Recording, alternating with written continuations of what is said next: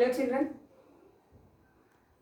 back to our class with a new topic, reproduction in plants. First of all, what is meant by reproduction?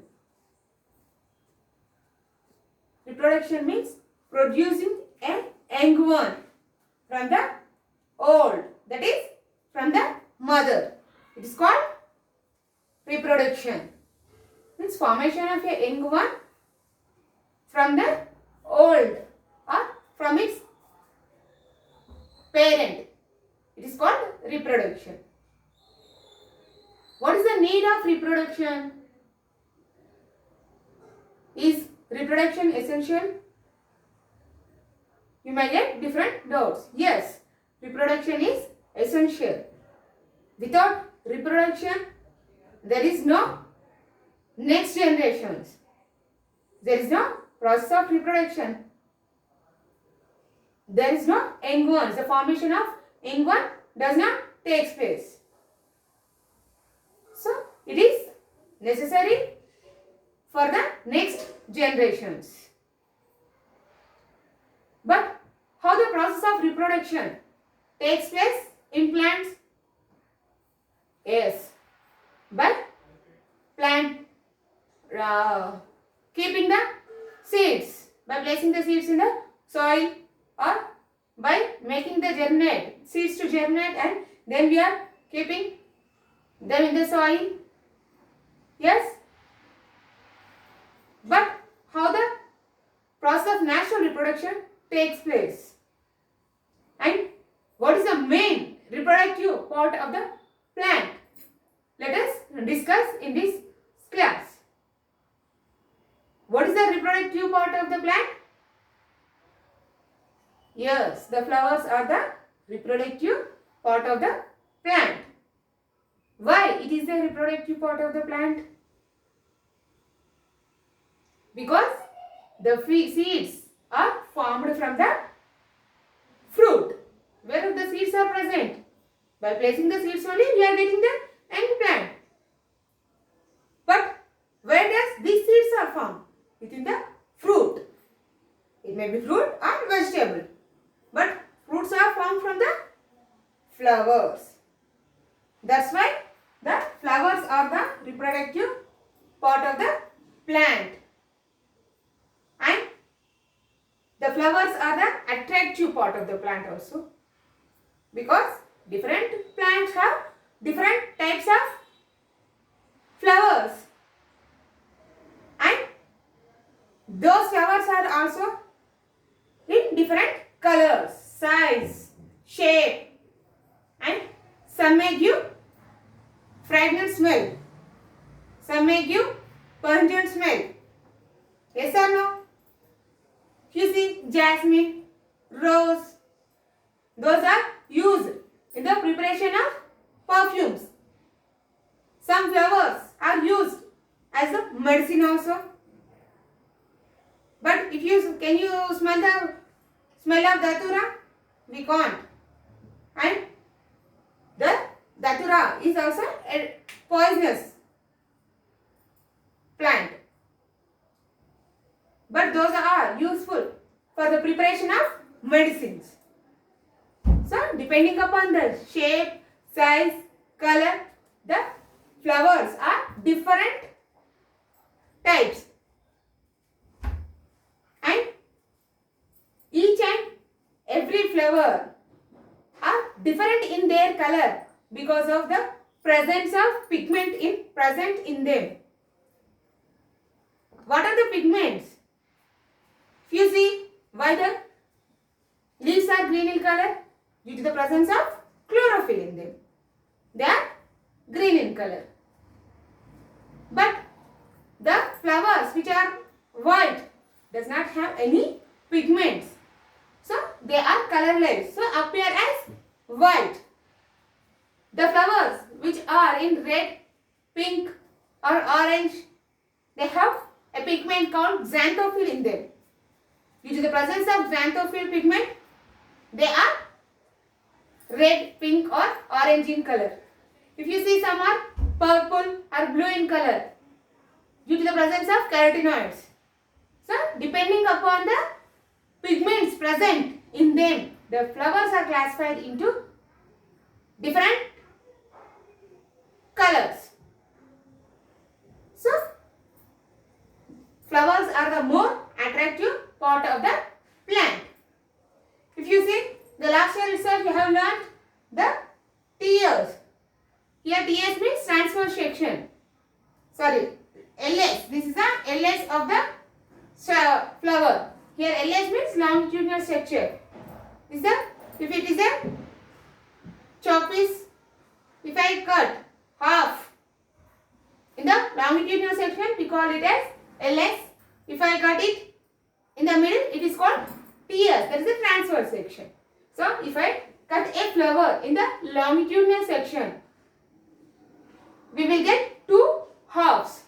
If you observe the internal part in the one half, which is the inner part of the flower, you can see this one. First of all, this is the thalamus, where the flower is attached to the stem along with the sepals. Here the sepal, thalamus and the stalk are attached. That is called thalamus.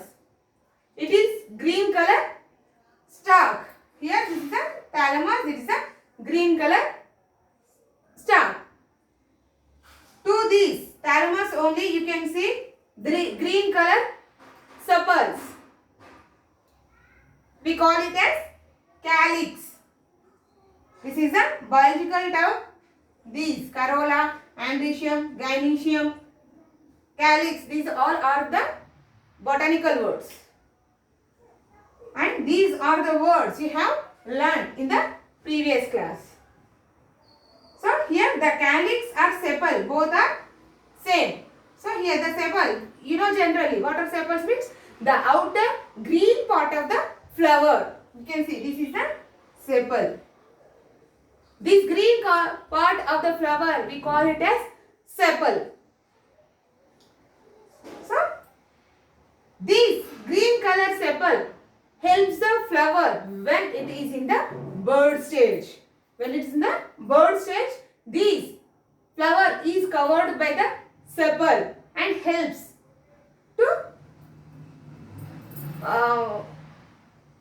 to keep the inner part safe from the outer surroundings. Okay. So this is the green tube.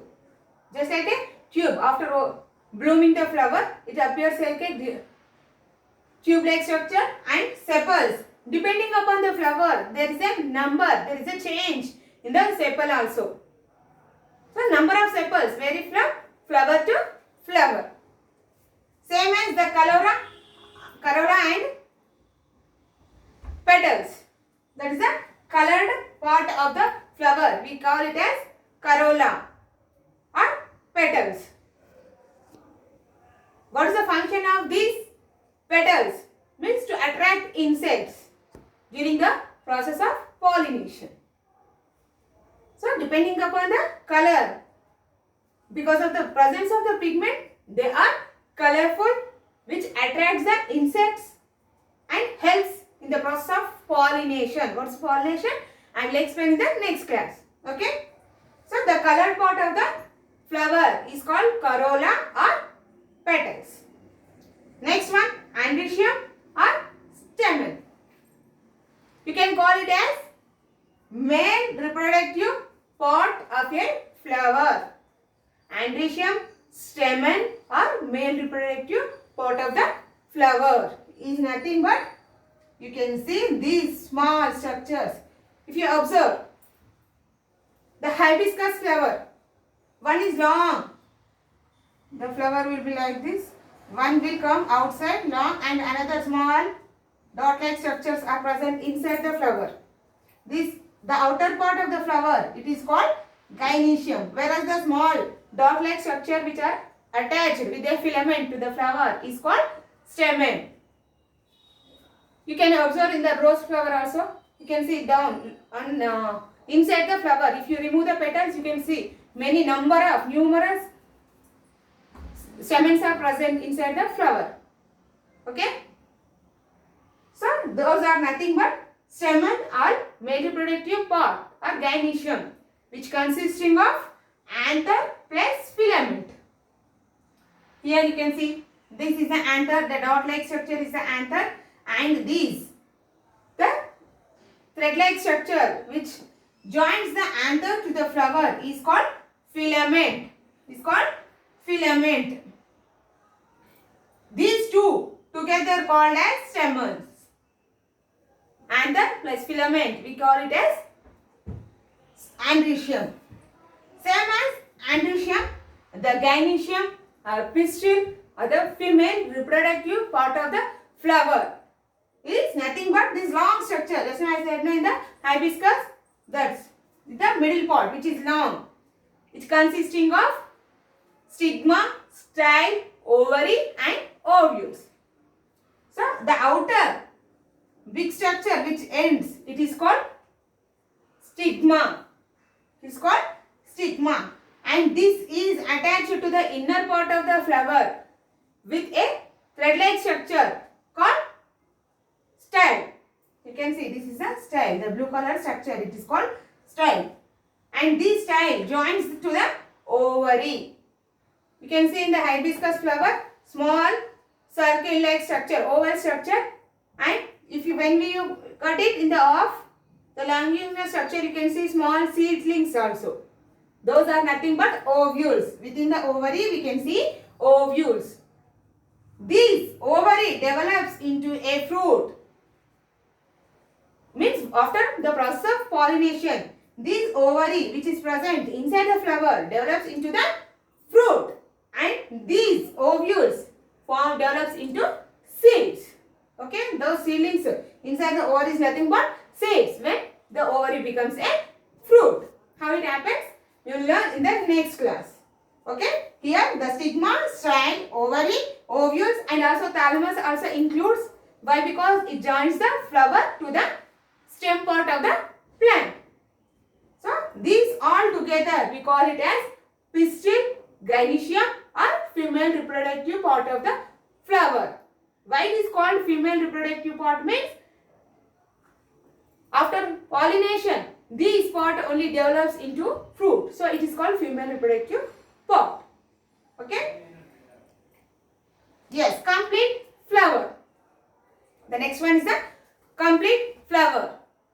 A flower which consisting of all these four whorls, that are sepals, petals, androecium and gynoecium. Here calyx, which the flower which consisting of all these four, that is sepals, petals, stamen and pistil.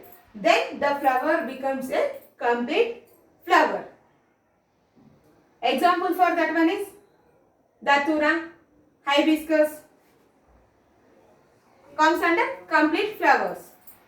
Whereas in incomplete flowers means some flowers may have stamen along with sepals and petals, but some plants may not have the stamen or pistil, but consisting of sepals and petals. So the plant is missing any of these two, either androecium or gynoecium. Means some part is missing in that one. So we call such type of flowers as incomplete flowers. Example is bottle gourd, cucumber comes under incomplete flowers. Okay, children, I hope you understood this one. In the next class, I will explain more about flowers and the process of pollination. Thank you. See you in the next class.